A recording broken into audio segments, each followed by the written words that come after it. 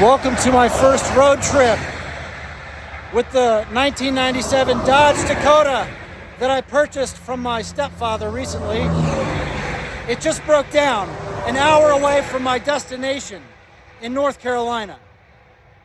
My phone is about to die and I'm going to have to walk up the highway to the next exit to charge my phone and call for help.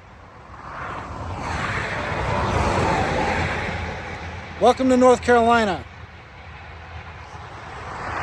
You see this guy right here? You see how red his face is? That's the face of a man who just got finished cussing up a storm in his truck because it broke down. But what he doesn't even know yet is that this entire situation is 150 million% his own stupid fault. I'm gonna die out here. For sure. Fuck! Fuck! Welcome, my friends, to Baltimore, Maryland. On a very wet and rainy and cold late October morning, it is nearly Halloween, and I thought, what a great time of year to go on a road trip. So, today we will be taking my brand new 1997 Dodge Dakota, which I purchased recently, on its very first road trip. Will it make it? Let's find out. So since I bought this truck, it's given me a couple of issues. It's had some transmission fluid problems. I've got transmission fluid in the truck just in case we run into any emergencies, but I think I've gotten the leaks under control. Another thing that's happening with this truck is that stuff is just falling off of it. I was driving down the road just a few days ago, and the spare tire, which is typically mounted underneath the bed here, it just completely fell off. So now, here's where it lives, tied down with the ratchet strap. I'm actually gonna remove this from the vehicle and take it off before my trip because, to be honest, I don't even have a jack in this truck, so I couldn't use it either way. So I have AAA. AAA is gonna have to be my backup plan if anything goes wrong. But yeah, stuff is just literally falling off of this truck. That is how old and rusted out it is, but pretty good truck. Other than having a nasty transmission fluid leak that took me a long time to figure out, which is now supposedly under control. All right, let's take this thing off. Because I don't think that if we have an issue on this trip, it's gonna be with the tires. It's probably gonna be with the engine. So I don't want this thing flopping around in my truck the whole trip.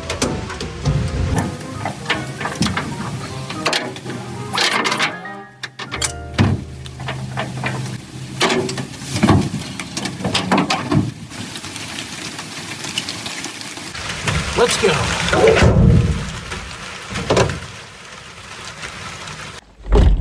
Okay, so before we head out on this road trip, there's a couple of things that we need to do. First things first, a critical thing. You can't miss this or you won't make it. So let's go take care of that numero uno. Macchiato. Yes, on the doors. Yep, thank you. You too.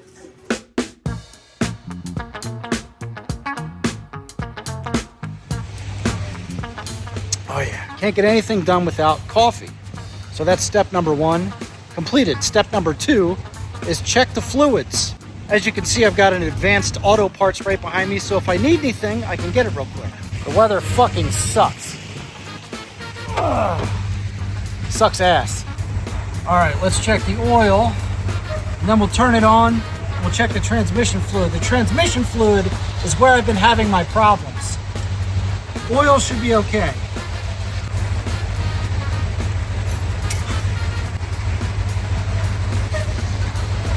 I check the fluids about once a week. It's been okay for a while, but you definitely have to check it before you're gonna drive 6-7 hours.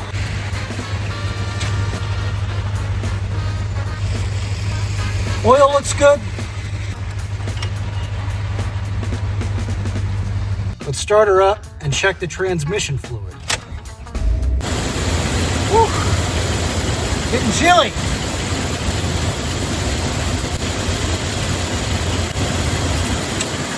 Not ideal to do this in the rain, but no choice. Let's get on the road. The transmission fluid is just a touch low. It's in the okay range, but just slightly low. I'm not going to add any right now, but I always carry plenty of backup because I've had so many fucking problems with the transmission fluid leaking in this truck. So I think about halfway there, I will stop and check it again. If I need to add some, I'll add some, but it should be okay. All right, so we've checked our fluids. I have my fluids, and we're ready to go. Road trip number 1 for my brand new 1997 Dodge Dakota. Let's see if it survives. I'm going to visit one of my very bestest good friends, Mike, in North Carolina. He used to live here in Maryland. We grew up together, but he moved down there. He owns this giant plot of land in the middle of nowhere. Oh, it's beautiful. It's a little farm full of dogs and kids and goats and horses. It's a beautiful place. So I want to go see those kids. I haven't seen his children for at least a year, so I'm sure they're a lot bigger now. And I promised them that I was going to come down for Halloween and see their costumes. So that's really the reason for this road trip, to see my friend and his kids on my favorite holiday of the year, Halloween. So let's quit farting around and get on the road, shall we? So I've checked my fluids. I'm extremely confident at this point that everything looks fine. I'm good to go, and I'm going to make it through this first road trip to my friend's house with absolutely no problems. But clearly from the intro of this video, you know that that is not true. That is not what happens at all. So pay attention throughout this video. See if you can spot my mistake. See if you can tell where I screwed up royally during this trip and why I ended up broken down on the side of the road. Use the right 2 lanes to take exit 27. The sun is starting to come out. It's trying to come out.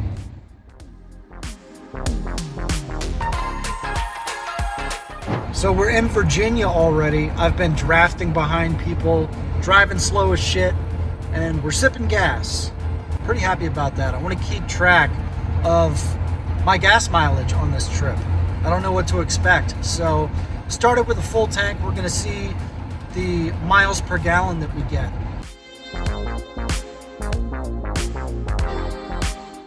Some of that good old-fashioned East Coast traffic. Glorious traffic. If you're from this side of the country, you know what I'm talking about. We love our traffic. Nobody does it better, except maybe Los Angeles. I know you guys out there on the West Coast, you're good at traffic too, but we're no slouch here on the East Coast.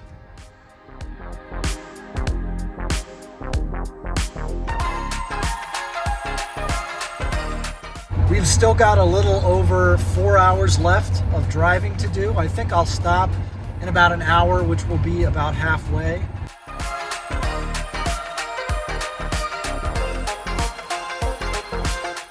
Look guys, the sun has officially made an appearance. Nice. Beautiful, gorgeous weather. All right, so we've made it to some random gas station / Burger King in the middle of Virginia somewhere.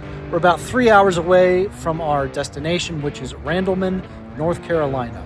A little bit south of Greensboro, maybe about 15, 20 miles south. Little teeny tiny town that I happen to love. But here at a gas station, as you can see, it is beautiful. I don't know if you can see the glorious trash pile that we have going on there, but typical rest area situation. Let's go ahead and check the fluids on the truck real quick and make sure that we're still looking good. All right, she's been sitting, chilling for about 20 minutes. So let's check the oil and then we'll start it up and we'll check the transmission fluid.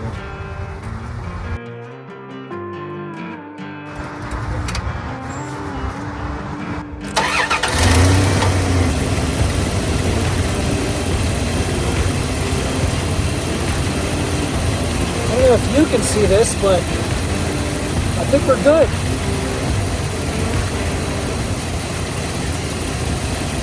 Let's get back on the road after some lunch.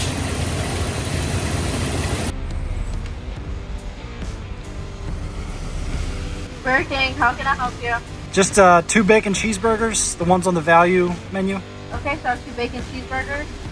Yeah, and then just medium fry. Can I get no tomato, no pickle? On the bacon cheeseburgers, has mustard, ketchup, and pickle. Okay, no mustard, please. Okay. Thank you. Lunch. Burger King. One of the greatest things you can put into your body when you're on the road. Not good for you, but delicious. So let's go ahead and eat this real quick and get back on the road.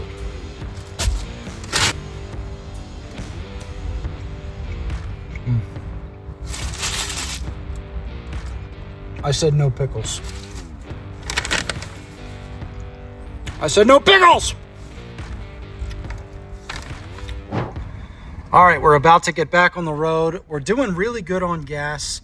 We're halfway there, and we still have over half of a tank left. I'm gonna see if I can make it all the way there on 1 tank of gas. That would be incredible.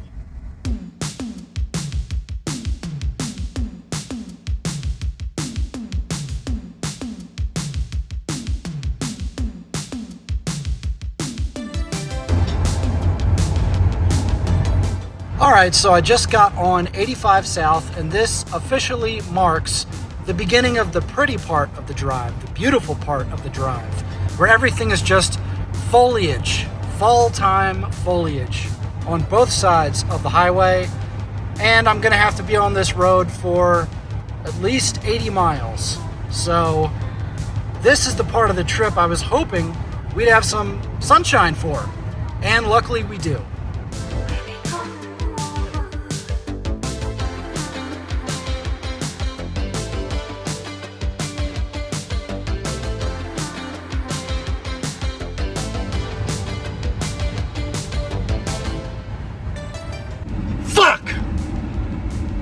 Fuck! I just fucking broke down.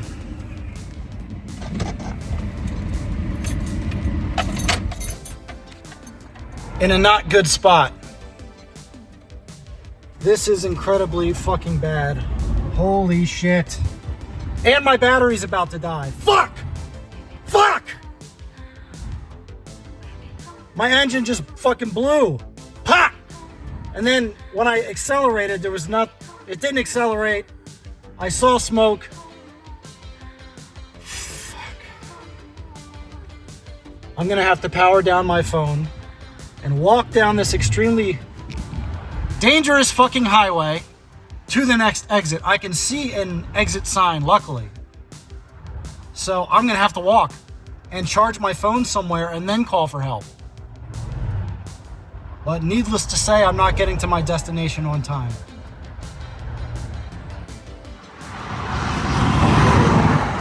Because I'm a stupid dummy, I didn't think to pack a car charger for my iPhone, which was so low on battery at this point that I didn't think it had enough juice for me to spend 20 minutes on the phone with AAA. So I grabbed my wall charger and started walking.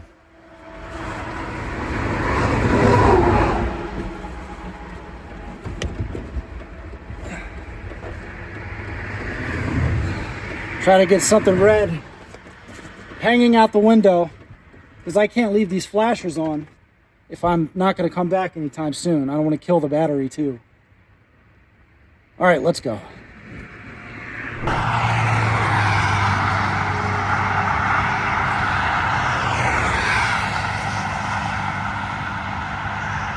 Okay, so I am stuck in Butner, North Carolina at some hotel. I don't even know the name of this hotel. I just wandered into it, plugged my phone in, chilled out for a while, and nobody gave a shit. It was great. So now my phone is halfway charged. Next step is to call AAA and get my truck off the side of that extremely dangerous road and to a shop that is right around the corner from here.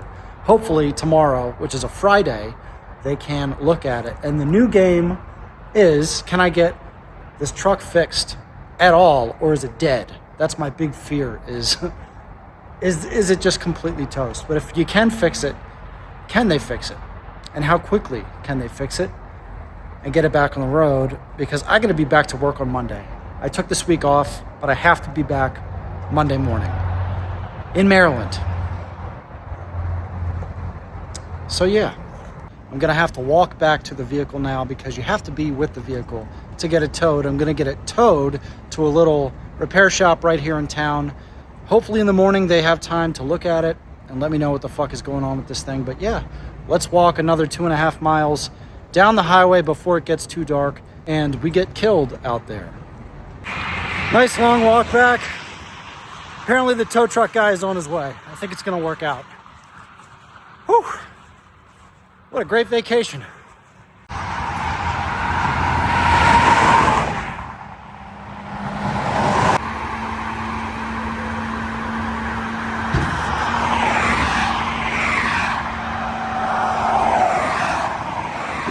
All right, just got dropped off at the Butner car service.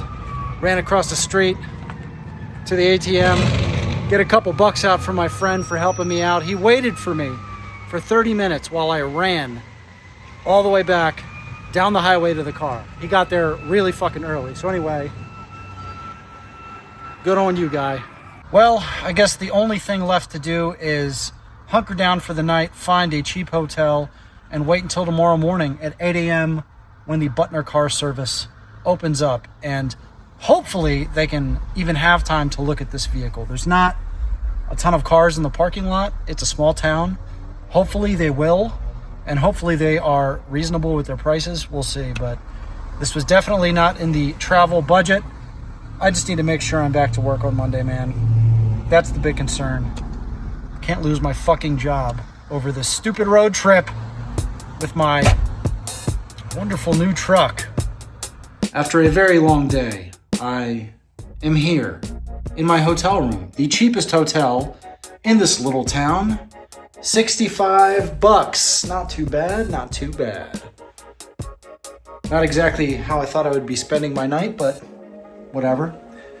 Got a nice big beer to make it all better. I'm gonna drink this and go the fuck to bed, and then wake up in the morning, go to the shop and pray that they can do something to save my vehicle and that it's not a total loss.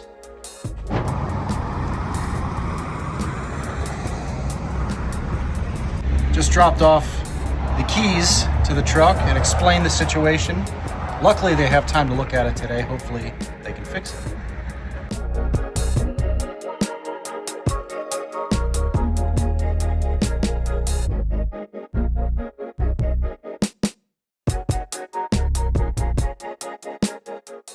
So I'm across the street from the shop. Just got done talking to him. Truck is fine. Gonna be fine. They're gonna fix it. It'll be ready by the end of the day. I will be back on the road and you'll never believe what the fuck happened. Okay, so before I check out of this hotel room, let me quickly tell you what actually happened to this truck. So it does have a legitimate issue. It has a blown exhaust manifold gasket and a broken bolt, maybe more than one broken bolt. They're looking into that today, and they are going to fix that. But the reason that it broke down, can you guess? Call, see if you can figure out what's wrong with this thing. It ain't got no gas in it. It ran out of gas. Let me show you real quick where the gas gauge was before this happened, because I took this video of the gas gauge right before this incident. So this is what the reading was. Gas light was not on, and it said I still had gas. So lesson learned, if you're on the highway for a long period of time, that gas gauge is super inaccurate.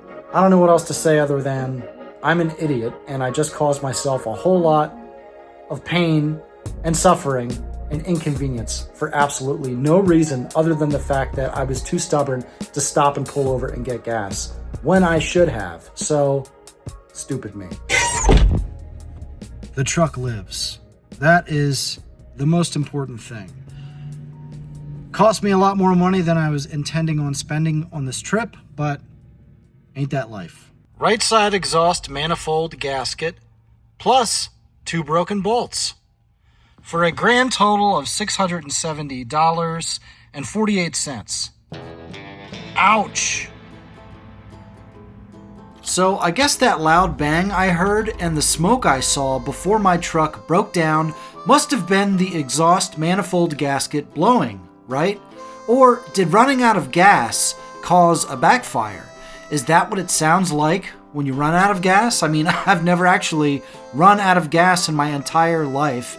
So if there's any car guys watching this video who can explain what the hell happened here, in the comments section, I would greatly appreciate it because I'm pretty confused.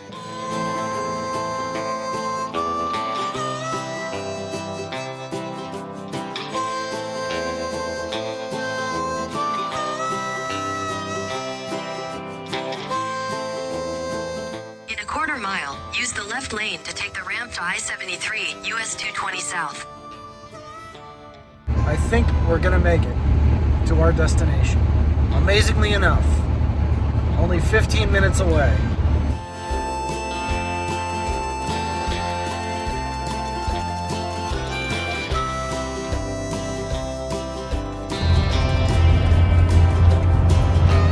We have finally arrived. Thank the Lord. I am here in Randleman. Gonna meet up with my friend and his family just in time for trick-or-treating. Happy Halloween, everyone.